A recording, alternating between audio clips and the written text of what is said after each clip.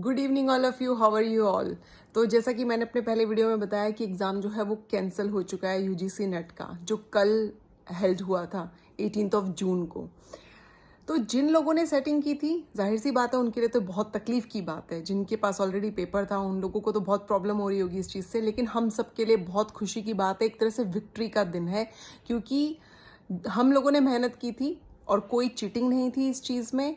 तो जो बच्चे मेहनत करके आगे बढ़ना चाहते हैं उनको मौका ज़रूर मिलना चाहिए। एक फेयर कंपटीशन के हकदार हम सब लोग हैं जो मेहनत कर रहे हैं। तो ये बहुत अच्छी चीज़ हुई है और मैंने पहले भी अपने वीडियोस में बोला था, तो मुझे बहुत खुशी हो रही है इस चीज़ को लेके कि कहीं ना कहीं वो चीज़ें वर्क की। जैसा मैंने बोला था कि क्योंकि नीट का एग्ज़ाम फेयरली कंडक्ट नहीं हुआ है, इतनी सारी धांधली अभी तो और भी बच्चों का सुनने में आ रहा है कि 1500 ही नहीं और ज़्यादा बच्चे भी हैं जिनके साथ ये चीज़ें हुई हैं। तो नेट का एग्ज़ाम भी वही एजेंसी कंडक्ट करा रही है, तो फेयर कॉम्पिटिशन कैसे हो सकता है। और जैसा कि मैंने खुद विनीत सर जो हैं, विनीत पांडे, उनकी वीडियो देखी थी, उन्होंने ऐसा जिक्र किया था अपने वीडियो में कि टेलीग्राम पे पेपर 1 जो है वो लगातार घूम रहा है और पेपर लीक हुआ है।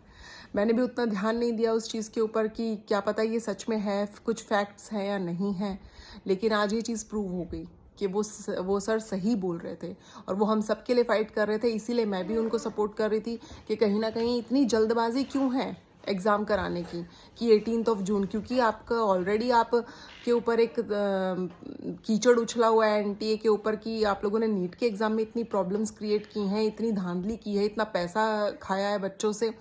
तो कैसे हम उम्मीद रखें कि भाई नेट का एग्ज़ाम जो है वो फेयरली कंडक्ट हो जाता। तो एक तरह से बहुत अच्छी चीज़ हुई है। हम सभी बच्चों को जो मेहनत कर रहे हैं ना, उनको फिर से मौका ज़रूर मिलना चाहिए।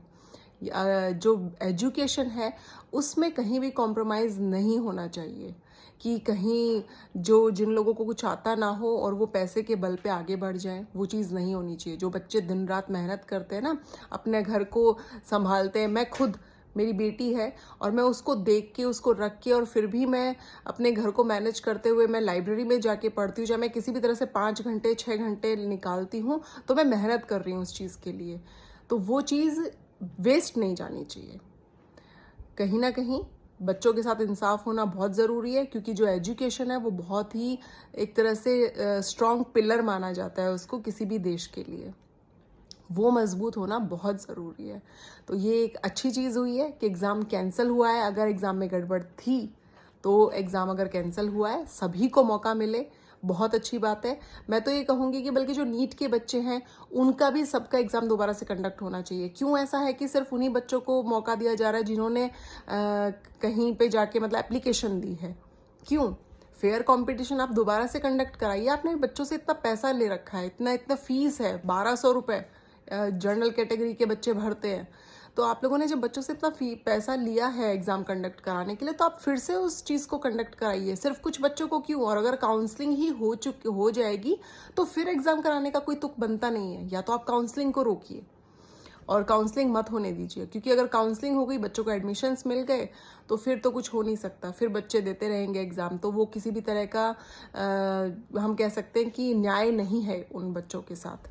इसलिए हम लोगों का एग्ज़ाम भी, जो नेट के स्टूडेंट्स हैं उनका भी एग्ज़ाम कैंसिल हुआ है, ये बहुत अच्छी बात है। इसको पॉजिटिव वे में हमें लेना चाहिए और हमें फ़ाइट करना चाहिए कि जो एटलीस्ट कॉम्पिटिटिव एग्ज़ाम्स हैं किसी भी फील्ड के, कम से कम वो फेयरली कंडक्ट होने चाहिए, क्योंकि इस चीज़ का बहुत गहरा असर पड़ता है किसी भी देश के प्रगति के लिए।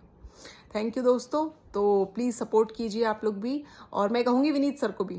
ऐसा नहीं है कि मैं उनको कोई, लेकिन मेरे को लगता है कि वो कहीं ना कहीं ठीक बातें करते हैं।